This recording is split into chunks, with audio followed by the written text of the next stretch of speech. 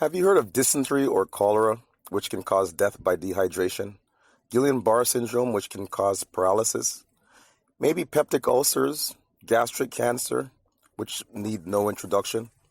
There are several ways to acquire these diseases, but normally they're caused by bacteria like Shigella, Vibrio, Campylobacter, and H. pylori. These organisms belong to a group called enteric bacteria, so named because they love to infect the stomach and intestines. Their route of entry is the mouth, and though it isn't easy for them to get there, some of our choices increase their success. It doesn't take a scholar to know that small particles like to move around, and with enough energy, particles can eventually move away from its source and into something else, like the surrounding atmosphere. This is called diffusion. Sometimes diffusion is good, but sometimes it's unwanted. For example, when we smell an odor, it's because some of the particles have left the source of the odor, become airborne, and enter our noses. Consequently, if our mouths are open, those same odor particles enter into our mouths as well, whether we can smell them or not. And that's why it's important when you're cleaning hazardous chemicals, you be careful not to splash cleaning products aggressively onto any spill, because you can make unwanted particles airborne. This leads me to the topic of this discussion, self-flushing toilets or automatic toilets. How are they necessary? Why are they used? We've all been in a washroom when the toilet unexpectedly and unwantedly flushes, and there's a host of problems with that. I know there are pros to automatic toilets, like not having to touch it. Also, plumbing is cleaner due to constant water movement and clearing the bowls and the pipes. Those are good pros, but there's definitely worse cons, which is one reason why the cons outweigh the pros for this discussion. There's more of them, and they pose health concerns.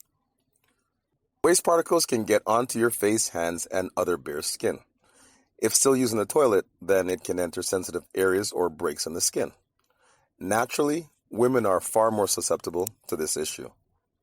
When toilets self-flush, they agitate the water in the bowl and allow waste particles to enter our surrounding atmosphere. We smell and taste these particles from the toilet.